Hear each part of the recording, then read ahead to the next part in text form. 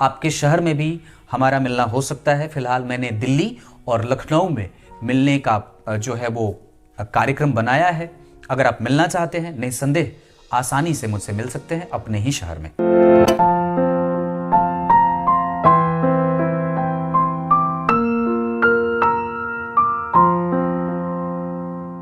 सुबह 10 बजे से लेकर 11 बजे के बीच में उपस्थित हूं आप सबके सामने। आज जिनकी कुंडली लेकर के आया हूं, ये कुंडली आई है कानपुर उत्तर प्रदेश से और इनकी माता जी ने इनकी कुंडली भेजी है। शुरू करते हैं आज का कार्यक्रम। जैसे कि आप लोग जानते हैं, मेरे नियमित दर्शक जो हैं, कि ये विश्लेषण जन्म कुंडली का कार्यक्रम, इसमें आप लोगों को जय श्री कृष्ण अवश्य लिखना होता है और अपना डेट ऑफ बर्थ, टाइम और प्लेस भी लिखें। रविवार जो सुबह मैं कमेंट से कुंडलियां चुनता हूं, उसके लिए अपने प्रश्न भी लिखें। साथ ही साथ कार्यक्रम प्रत्येक दिन देखा करें। विश्लेषण जन्म कुंडली में ये जो कार्यक्रम है, इसमें बहुत सारे सूत्र आपको एक एक स्टेप पे बताते जाता हूं, जिससे आपको ज्योतिष को समझने में आसानी होती है। शुरू करते हैं आज का कार्यक्रम। पर सबसे पहले बताऊंगा मनुस्मृति की बात। भगवान मनु ने अपने आदि ग्रंथ मनुस्मृति में जिज्ञासुओं की श्रेणी को बताया है और उसी के माध्यम से इन्होंने इस बात पे भी चर्चा की है कि कब हमें किसी भी प्रश्न का उत्तर देना है, कब नहीं देना है और कब आवश्यक रूप से देना है। अब इनकी श्रेणी में पहली जो बात आती है वो इस पे आती है कि अगर मान लीजिए कोई व्यक्ति है जो सिर्फ आपको जांचने के लिए या फिर आपको नीचा दिखाने के लिए या आपको हंसी का पात्र बनाने के लिए अगर कोई मुझसे प्रश्न पूछता है, तो इस अवस्था में जो प्रश्न उसके दिमाग में नहीं है, जो प्रश्न उसके मन में नहीं है, वो सिर्फ आपको कमजोर या नीचा दिखाने के लिए आपसे प्रश्न पूछ रहा है, उस प्रश्न का उत्तर जानते हुए भी नहीं देना चाहिए। ये पहली बात है। दूसरी शंका के समाधान में दूसरी बात कही है उन्होंने कि एक ऐसा व्यक्ति जो सिर्फ आपका माखौल उड़ाना चाहता है या सिर्फ उसमें कुतर्क या तर्क वितर्क करना चाहता है, उस प्रश्न का उत्तर तो जानते हुए भी गूंगे बहरे की भांति उस प्रश्न पे मौन हो जाना चाहिए। और वहीं भगवान मनु ने तीसरे स्थिति में बताई है कि कोई आपका शिष्य है जिसे आप पढ़ाते हो, जिसका आप वर्धन करते हो, अगर उसके मन में कोई प्रश्न नहीं उठे और मात्र उसको संशय भी होता हो, तो भी उसको उस प्रश्न का उत्तर आवश्यक रूप से, निश्चित रूप से देना चाहिए।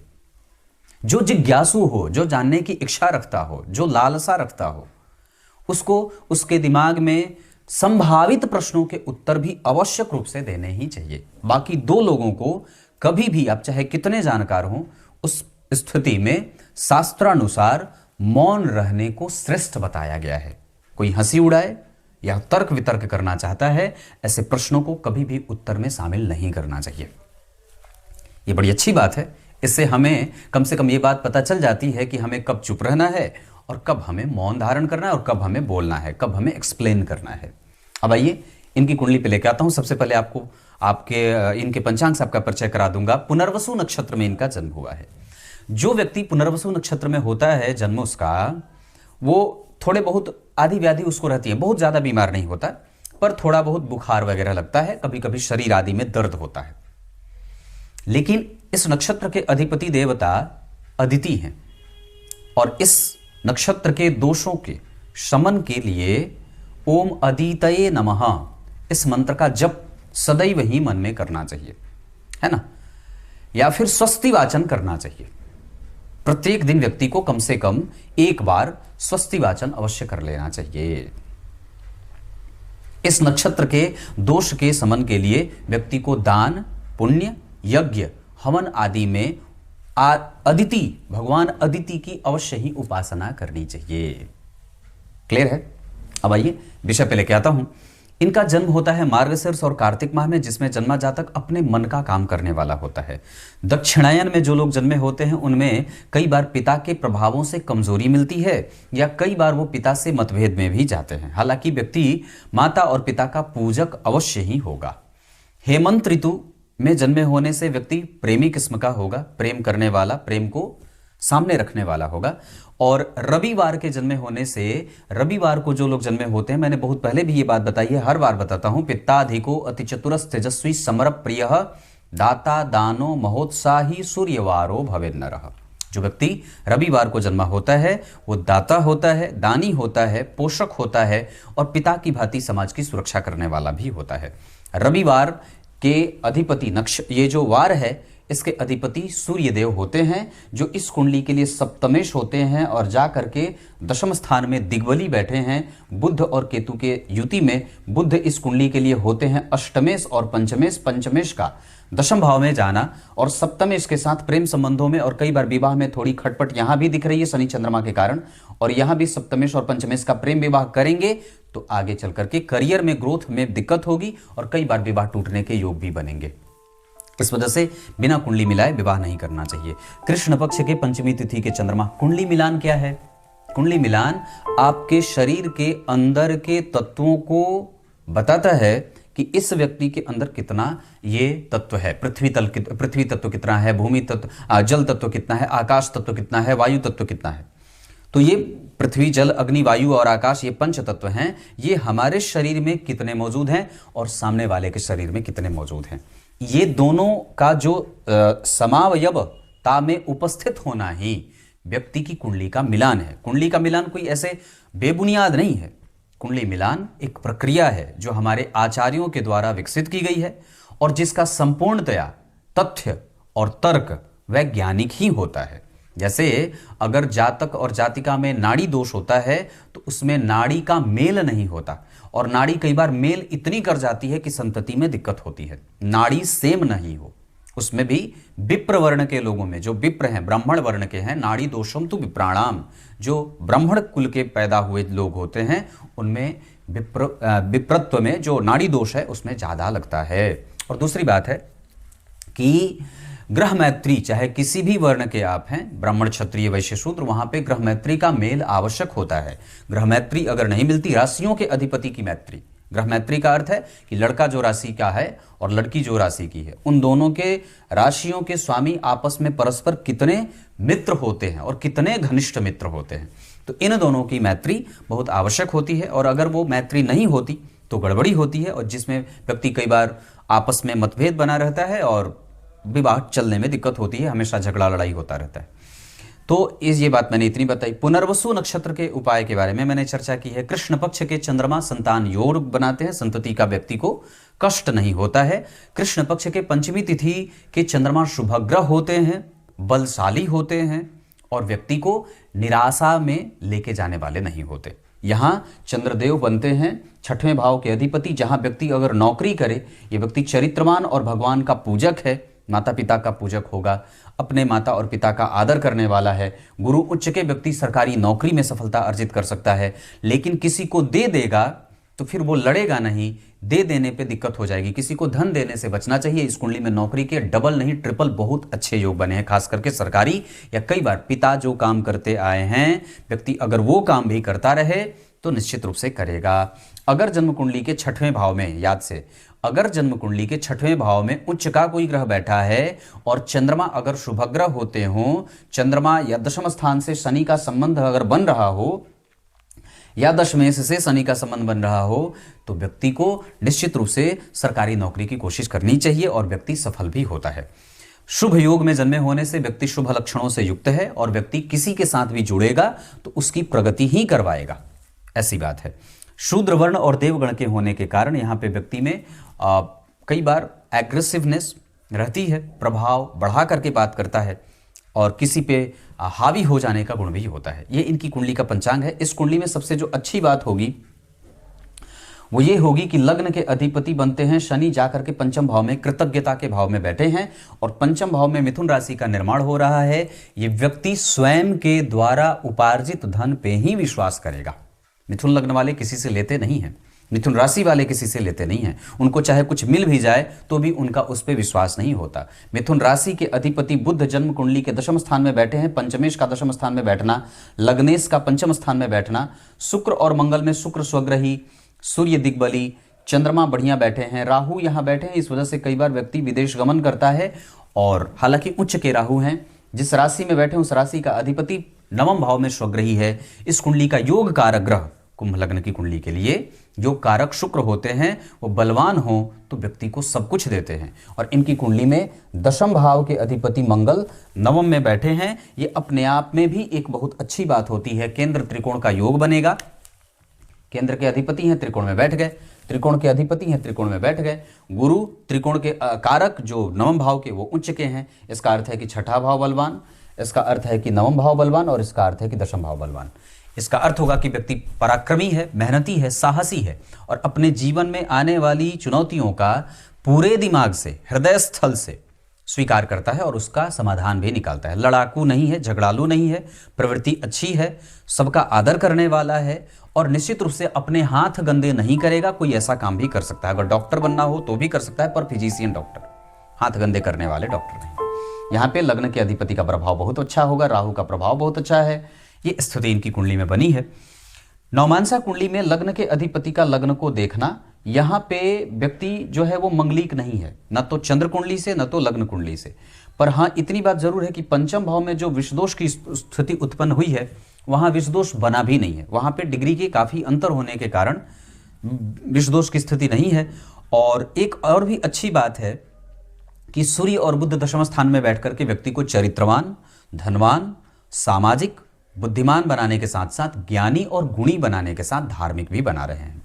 लेकिन व्यक्ति दिखा दिखा करके अगर धर्म करेगा तो उसको दिक्कत होगी। गुप्त दान करने की प्रवृत्ति डालिए। अभी आपकी कुंडली में लग्नेश की ही दशा है, लेकिन ये दशा शनि, मंगल, राहु, केतु की है।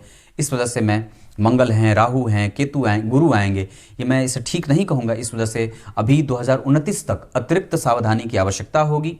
मन को शांत रखना होगा, व्यवहार अनुकूल रखिए, दुश्मनों से लड़ाई करने की कोई आवश्यकता नहीं है। ऋण वगैरह लेना, विदेश में जाना, विदेश में रह करके अपना काम पूरा करना, विदेश में रह करके यश अर्जित करना, ये सब आपकी कुंडली में बहुत ही मजबूती से उपस्थित है। यहां इतनी चर्चा करने के बाद मैं आपको और भी चीजें बता दूं। जैसे लग्न के अधिपति के ऊपर किसी पापक ग्रह की कोई दृष्टि नहीं है, लेकिन इनके ठीक पीछे राहु बैठे हैं जो कई बार माता को मानसिक कष्ट देते हैं और कई बार माता को गंभीर लंबी बीमारी न हो, इस वजह से स्वास्थ्य का ध्यान रखना चाहिए। इसके अतिरिक्त लग्न के बाद धन भाव के अधिपति का उच्च का होना और यहां पे नवांश कुंडली में जा करके बैठना, कहां शत्रुगत, और यहां के अधिपति का जन्म कुंडली में छठवें में, आठवें में जाना, ये थोड़ा कमजोर होगा। कई बार पत्नी का काम नहीं बनता या पत्नी जो काम करना चाहती हैं उसमें कई बार परेशानी होती है। यहां पे धन भाव के अधिपति का उच्च के होकर के वापस लग्न को देखना, ऋण से धन का संपर्क बनेगा, ऋण लेकर के व्यक्ति आगे अपना कारोबार आगे बढ़ा सकता है। और निश्चित रूप से इसे मैं बहुत अच्छा तो नहीं ही कहूंगा, लेकिन थोड़ी बहुत अच्छाई के मामले इसके दिखेंगे, जैसे समझदारी, चीजों को समझने की शक्ति, लोगों को व्यवहार में रखना, धन को सही दिशा देना, गलत जगह पे धन खर्च ना करना।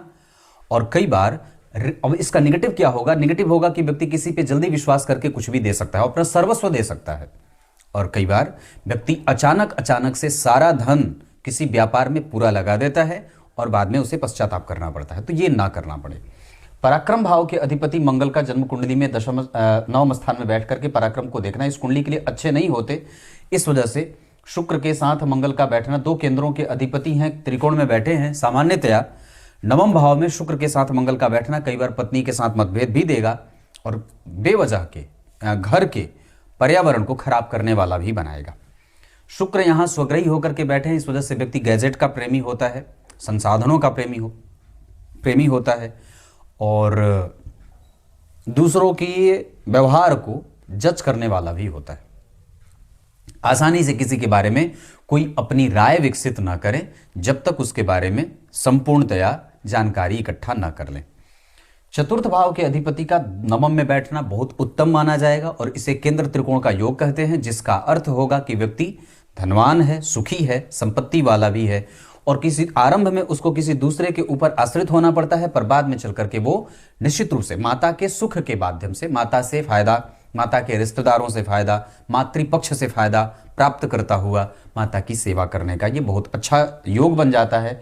नवम भाव में चतुर्थेश का बैठना व्यक्ति को अपने माता और पिता की तीव्र इच्छा के साथ उनकी इच्छा पूछ करके पूरी करने वाला होता है।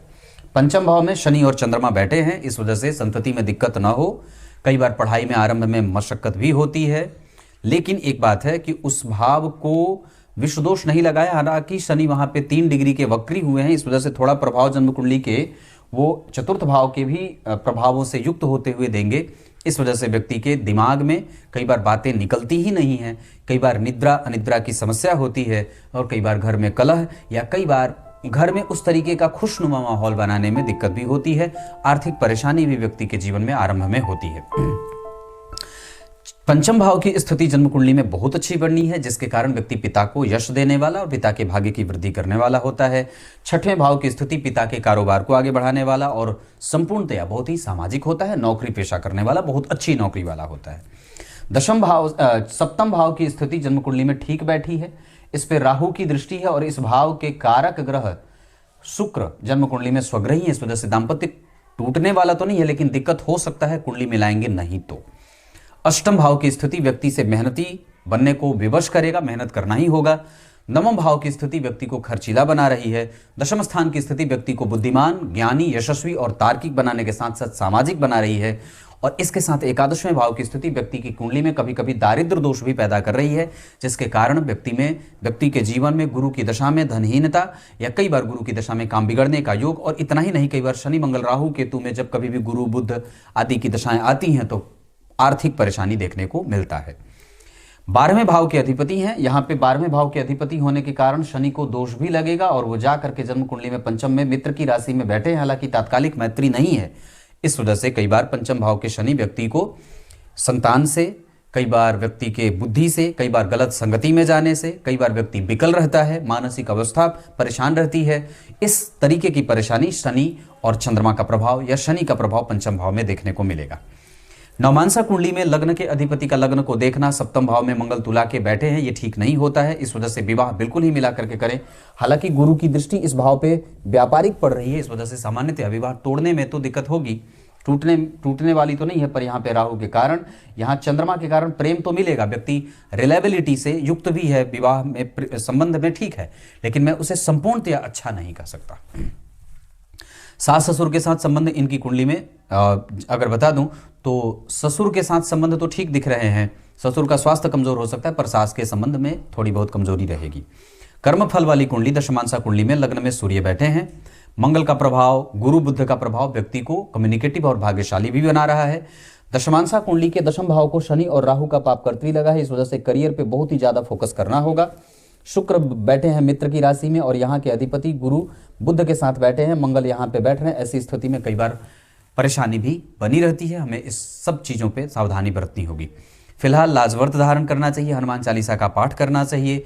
अगर बन पड़े तो आपकी कुंडली के आधार पे आगे चल करके एक शुक्र का रत्न ओपल भी पहन सकते हैं। हालांकि अगर देखें तो आपकी कुंडली में सफेद पुखराज सबसे ज़्यादा बढ़िया रहेगा। शुभ अंक इस कुंडली के लिए 2 रहेगा। शुभ रंग इस कुंडली के लिए नीला और काला बहुत अच्छा रहेगा, शनिदेव का रंग। इसके अतिरिक्त इस कुंडली के लिए शुभ दिशा धन कमाने के लिए अगर आप चाहते हैं तो आपकी कुंडली के आधार पे बहुत अच्छा उत्तर दिशा रहे धन कमाने के लिए, और कई बार व्यक्ति पश्चिम दिशा में भी जा सकता है। इसके अतिरिक्त इस कुंडली में शुभ राशियां मिथुन और तुला के साथ धनु होंगी। शत्रुता कभी भी न करें मेष, सिंह और धनु वालों से।